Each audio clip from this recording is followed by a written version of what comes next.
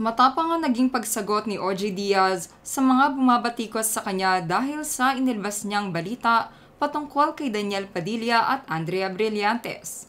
Dahil dito nag-trending sa buong Pilipinas ang OG Diaz fake news peddler, kung saan inulan siya ng pambabatikos galing sa mga netizens.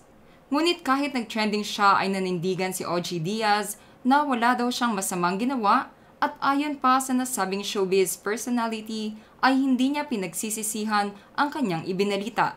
Ito ang kanyang buong pahayag. Salamat sa mga nagpapatrending. Ang importante, napasaya ko kayo. Naaaliw na lang ako sa inyo.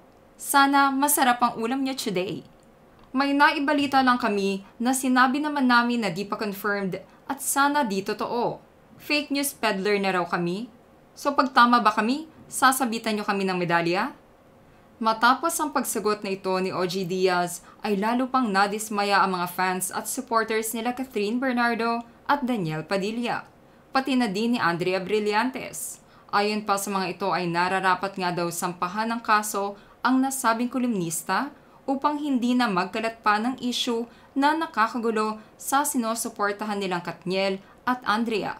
Ito pang isa sa mga netizens na nagkomento kay OG Diaz. Hindi naman pala confirmed, so bakit pinapublish at pinag-uusapan nyo? Nagmumukhang cheap ang entertainment news industry dahil sa mga paganyan-ganyan nyo na wala namang enough proof at hindi confirmed. Lahat na lang just to switch the narrative about Andrea. Nasali pa ang Katniel. OG, ganyan na ugali ng mga chismoso sa kanto. Samantalang tahimik lamang si Catherine Bernardo sa isyu ng hiwalayan di umano nila ni Daniel Padilla. At katulad ng dati ay hindi nagpapaapekto sa issue ang dalawang malalaking personalidad sa showbiz na si Daniel at Catherine.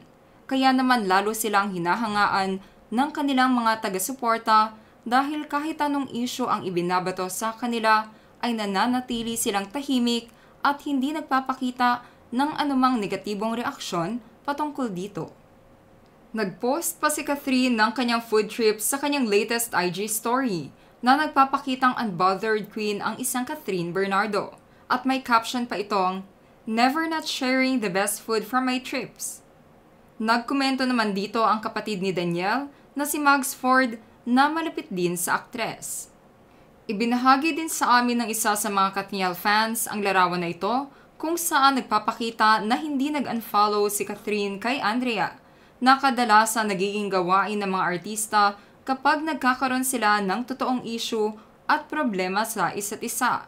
Kaya naman daw pwedeng isang kumpirmasyon nito na wala talagang issue sina Catherine Bernardo at Daniel Padilla kay Andrea Brillantes. There you have it mga ka-showbiz peeps. Anong masasabi nyo sa naging sagot ni OG Diaz at paninindigan niyang wala daw siyang masamang ginawa? Just comment below.